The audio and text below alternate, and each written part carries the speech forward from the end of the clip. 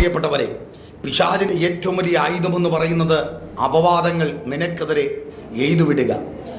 അത് നിമിത്തം നിന്റെ മാനസിക നിലയും നിന്റെ പ്രാർത്ഥനാ ജീവിതവും നിന്റെ ആരാധന ജീവിതവും നിന്റെ കണ്ണുനീരും കുറയ്ക്കുവാൻ കഴിയുമെന്ന് അവൻ വിശ്വസിക്കുന്നു.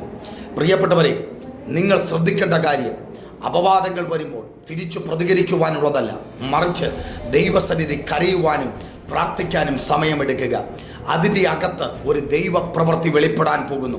ഒരു ദൈവ മഹത്വം അതിൻ്റെ നടുവിൽ വെളിപ്പെടാനുണ്ട്. പിശാച് ചിന്തിക്കുന്ന ഒരു പദ്ധതി എന്ന് പറയുന്നത് നിന്റെ പ്രാർത്ഥനയും നിന്റെ ആരാധനയും നിന്റെ വചനധ്യാനവും നീ ആത്മാവിൽ കത്തിക്കൊണ്ടിരിക്കുന്ന അവസരങ്ങളെ വെട്ടിക്കുറയ്ക്കുക. ഒന്നും കൂടെ പറഞ്ഞാൽ അവൻ്റെ സാമ്രാജ്യത്തെ ഒന്നും കൂടെ അവൻ്റെ അതിരുകളെ വിശാലമാക്കുക.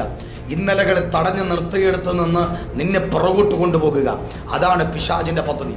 മാനസികമായി നിന്നെ തളർത്തിയാൽ നിന്റെ ആരാധന കുറയും, നിന്റെ പ്രാർത്ഥന കുറയും, നിന്റെ കണ്ണുനീര് കുറയും. തിരിച്ച് നീ അവർക്ക് നേരെ പ്രതികരിക്കുവാൻ വേണ്ടി അവൻ എഴുന്നേൽപ്പിക്കും. വേണ്ട കേട്ടോ. അതിൻ്റെ നടുവിൽ കരയാൻ, ഉപവസിക്കാൻ, നിലവിളിക്കാൻ നമുക്ക് എഴുന്നേൽക്കാം.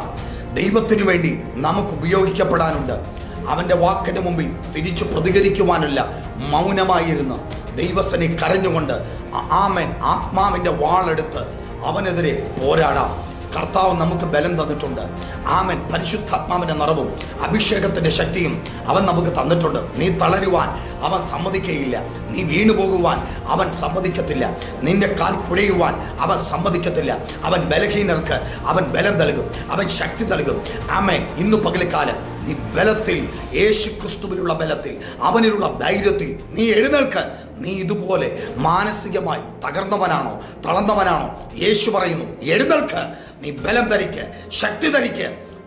വളരെ ദൂരം നിനക്ക് യാത്ര ചെയ്യാനുണ്ട്. ഇസബേലിന്റെ വാക്കിന് മുമ്പിൽ പകച്ചു നിൽക്കാനല്ല. അവൻ ആഹാബുമാരുടെ മുമ്പിൽ പകച്ചു നിൽക്കാനില്ല. ആഹാബിന്റെ രഥത്തിന് മുൻപേ ഓടുന്ന ഒരു അഭിഷേകം നിന്റെ അകത്തുണ്ട്. ധൈര്യമായിരിക്കുക. God bless U.